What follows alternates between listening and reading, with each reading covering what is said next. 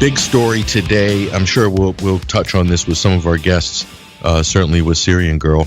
There was a big announcement today. The killing, the state-sponsored assassination, the killing of Abu Bakar Al-Baghdadi, the alleged leader of ISIS, supposedly was killed in the early hours of the morning by U.S. Special Forces. And it turns out he was hiding in Idlib. This is where the U.S. and the Western mainstream media say all the peaceful protesters are all in Idlib, apparently. Well, not so. It's apparently also the base of ISIS, as well as Al-Qaeda, Al-Nusra, and all the other Als. They're in the second Islamic State of Idlib. Well, hopefully not for long. But the United States claimed to have killed the notorious ISIS leader in a tunnel in the early hours of the morning, an Apache helicopter raid, U.S. Special Forces, etc. They even unleashed the dogs to chase down the ISIS cleric stroke leader of the caliphate, self-styled caliphate. And so we're told anyway. Let's go to CNN released an interesting clip, and whether you believe this story or not, or all the aspects of it, or what exactly happened, certainly it's a big public relations event for the White House, as was the supposed killing of Osama bin Laden in, I believe it was May of 2011. So let's roll CNN and let's just listen to this report. I might hit pause in a couple of places, but let's. This is how it played out on CNN this morning. Listen to this. ISIS leader Abu Bakar Al-Baghdadi is believed to have been killed in a U.S. military raid in northwest Syria.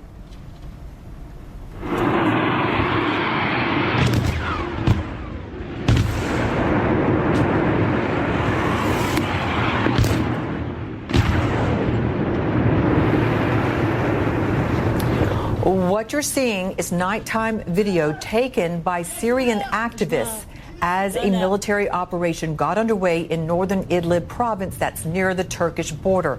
CNN cannot confirm that this was the actual raid targeting al-Baghdadi. Oh, hold on. Pause for a minute. Hold on for a minute. Well, so CNN cannot actually confirm if that footage is from the raid. Well, why are you showing us this footage then? Why is this the leader on your network today if you can't confirm this was the footage of the raid? It was only a couple of weeks ago that ABC News used footage from a Kentucky gun range and claimed that it was the Turkish army laying siege to the Kurdish residents of Kobani along the Syria's northern border, and that was, of course, exposed as fake news.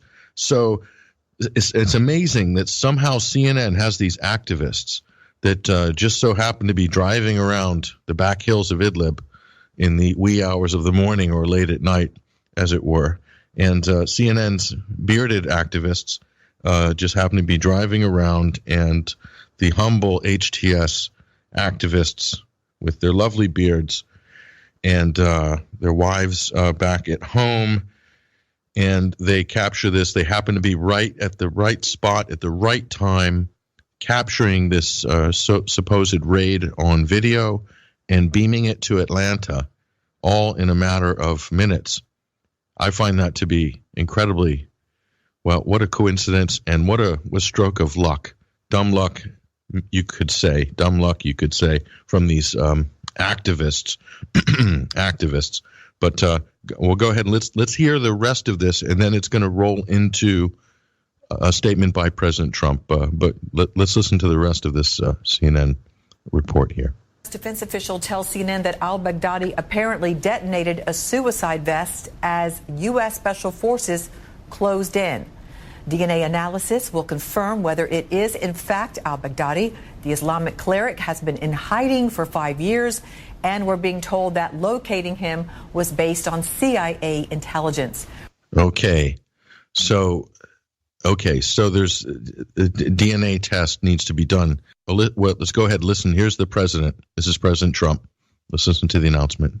The United States brought the world's #1 terrorist leader to justice. Abu Bakar Al-Baghdadi is dead. He was the founder and leader of ISIS, the most ruthless and violent terror organization anywhere in the world. The United States has been searching for Baghdadi for many years.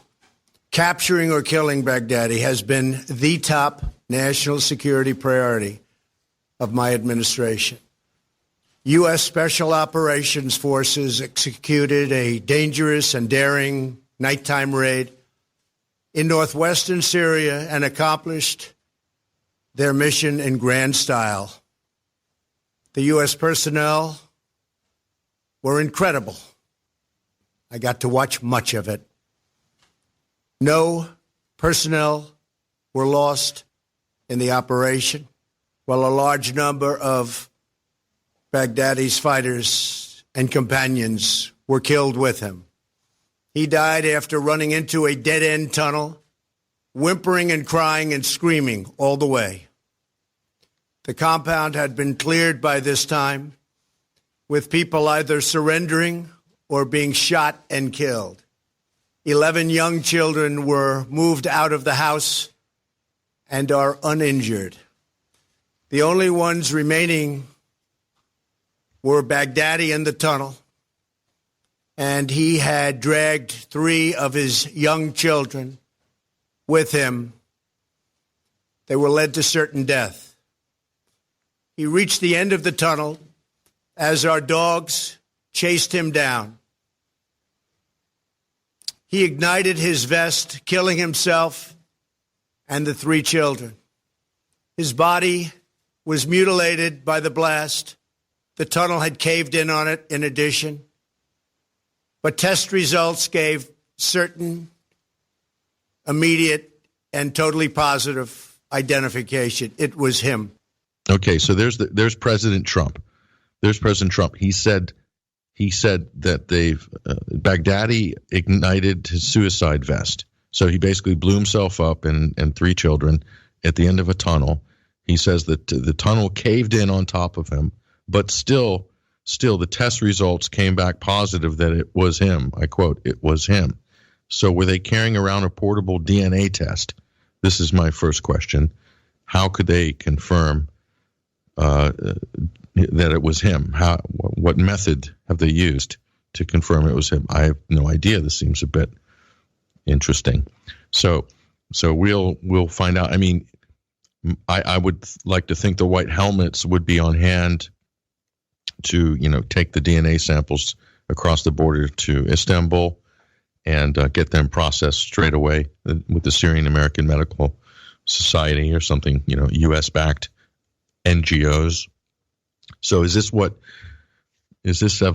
Trump paid $4.5 million to the White Helmets for last week to capture the DNA of Baghdadi? I have no idea. It'd be very interesting to find out the details of this story. So this is interesting to say the least. So if you believe everything the U.S. government tells you, this seems like a carbon copy of the Osama bin Laden raid in 2011 with Barack Obama. In fact, he says it was him. The same words I believe Obama used when he asked it. Was it him? Unfortunately, Osama bin Laden was supposedly dumped off the back of a U.S. naval vessel, buried at sea. Apparently, according to the U.S. government, this is an Islamic tradition. It's the first time I've heard of it, but dumped off the back of a U.S. destroyer somewhere in the Indian Ocean.